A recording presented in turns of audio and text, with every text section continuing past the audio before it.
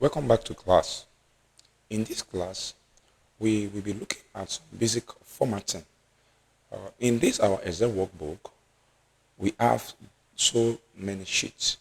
We have different sheets, about 1, 2, 3, 4, 5, 6, 7, 8, 10, 11 sheets.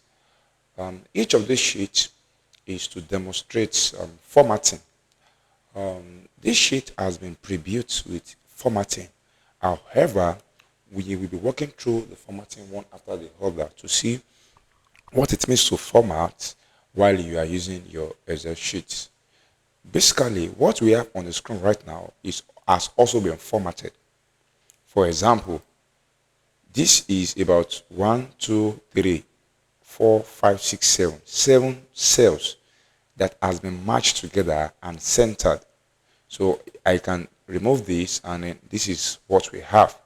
Pressing my Ctrl Z to undo it, we can see that this has been matched to be just one cell.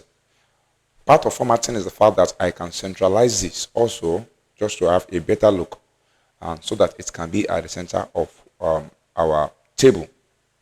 So in one of our classes, we'll be looking at how to create table on our Excel, because Excel is actually configured to accommodate what we call structured data.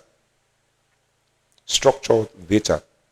By structured data, it means that Excel is built in a way that you have to write in your rows and in your columns. You have to write in your rows and in your columns. If you are looking to write things abstractly without any structure, then you have to make use of your Microsoft Word.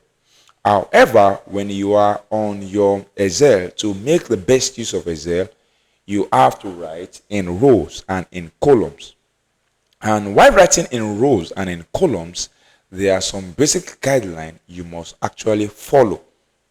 In the sense that for your column headers, which we call feeds in data analytics, you have it, and you have each of your instance, your attributes or your records across board your rows. So this talks about sheets.